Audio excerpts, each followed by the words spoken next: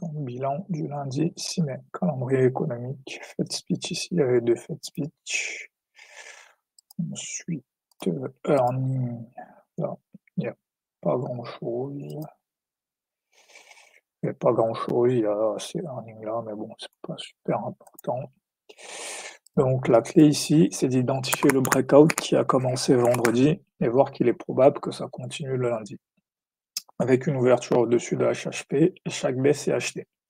À partir de là, il faut se mettre en mode achat only et être prêt à prendre le maximum de bons risques parce que ce type de journée se présente 1 à 2 fois par semaine et c'est là où le risque reward est maximal. Il faut donc les trader de façon très précise. C'est vraiment un truc très important. Les journées directionnelles, il y en a pas beaucoup. Il y en a globalement entre 20 à 30 et donc du coup, quand ils se présentent, il faut vraiment être prêt à les trader de façon, très optimale. Et donc achat open hausse, RB50 actu, Fed switch front run et là, en termes de vente, vaut mieux faire une pause, en fait. Donc ici, abandon sur achat sur ajout, RB50 avec breakout mode, j'aurais dû faire du surajout. Sur confirmation, j'ai un AQ RB50, open hausse et RB50. Dès le TP Hunter, j'aurais dû commencer à faire du surachat. Truc bien par contre que je fais, je gère sous les bougies parce que je me dis qu'il peut y avoir un breakout. Là, il y a un moment de confusion. En fait, les Fed switch, est-ce qu'il vaut mieux les ignorer ou attendre la fin des Fed switch? Donc ici, pourquoi valait mieux acheter avant? Powell a déjà dit qu'il était dovish. Le NFP à la baisse, c'était un des critères pour initier une baisse des taux. Ensuite, en termes techniques, il y a l'accumulation sur le RB50 et le breakout mode depuis vendredi.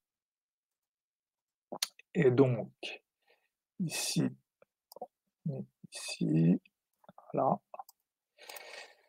Donc ici, j'aurais eu tendance à acheter dès l'ouverture parce que comme je là, mais quand même dans un breakout mode assez fort. Là, on a eu un round ici, mais dès lundi, on est déjà au-dessus du round, donc ça sent quand même le breakout. Là, j'aurais eu tendance à rajouter aussi. Là, peut-être je me serais dit qu'il va y avoir une pause. Là, pause. Et ce qui est intéressant là, en fait, c'est de se dire, OK, peut-être que finalement, on va revenir chercher AJP, voire MIV-HV. Donc, je vais plutôt placer un ordre ici, un ordre après cette bougie-là, placer un ordre dans cette zone-là. Si on break le fair value gap, bah, je passerai vendeur. Sinon, bah, la hausse continue. Donc là, pause. Là, peut-être que j'aurais rajouté ici, parce que je me serais dit que finalement, là, c'est si je me place ici, finalement, ça, c'est un RB50. Donc ici, voilà, c'est là où les Fed speech peuvent être des phases de manipulation. Là, ici, si j'avais avancé mes SL ici, à un moment, par rapport à cette bougie, ils auraient sauté. Mais si par exemple, je les avais gardés sous le fair value gap, bah, ils n'auraient pas sauté. Donc ça, c'est quand même un truc intéressant à voir. Peut-être quand il y a des Fed speech, il faut gérer le SL plutôt que sous les bougies, mais peut-être sous les fair value gap. Et donc là, c'est ici que ce que j'appelle le Fed speech front run commence. C'est le Fed speech est à 19h. Bon, il y en a de 18h50 et 19h. Et donc là, juste avant, commence à voir une accumulation. Non, la question, c'est est-ce qu'il faut acheter avant ou il faut attendre? Donc là, c'est après le Fed speech.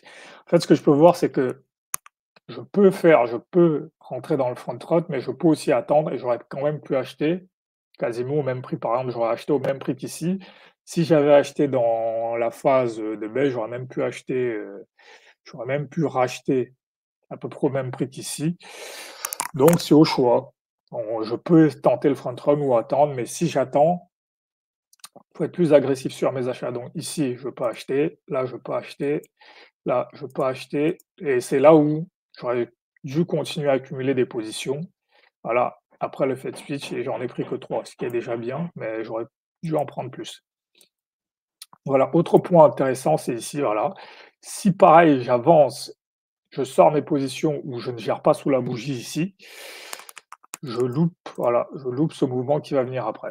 Donc voilà, donc dans les breakouts, gestion sous la bougie, c'est fondamental parce que c'est ce qui donne la plus grande probabilité d'être dans un breakout, en fait. Si j'avais, par exemple, j'avais commencé à essayer d'avancer ma position ici ou là, ma position aurait sauté alors qu'en la gérant vraiment sous le SL, j'ai pu la garder, voilà, jusqu'à la clôture et donc là, un autre point quand même que je vais illustrer, c'est pourquoi faut trader de façon optimale, dans ces journées.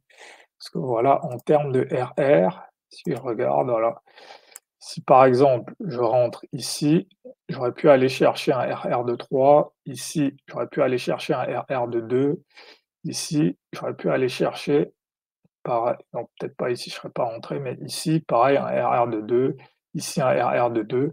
Donc si j'avais pris par exemple 5 positions ici, j'aurais pu aller chercher, à 1 j'aurais pu aller chercher 10. Voilà, RR de 2 à chaque fois.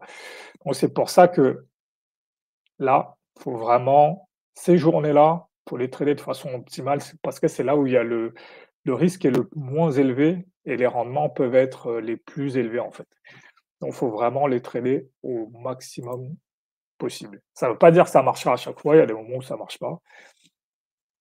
Par exemple, voilà, il y a des jours où ça va pas marcher, il y a des jours où ça va marcher à moitié, mais voilà, faut trader correctement ces jours.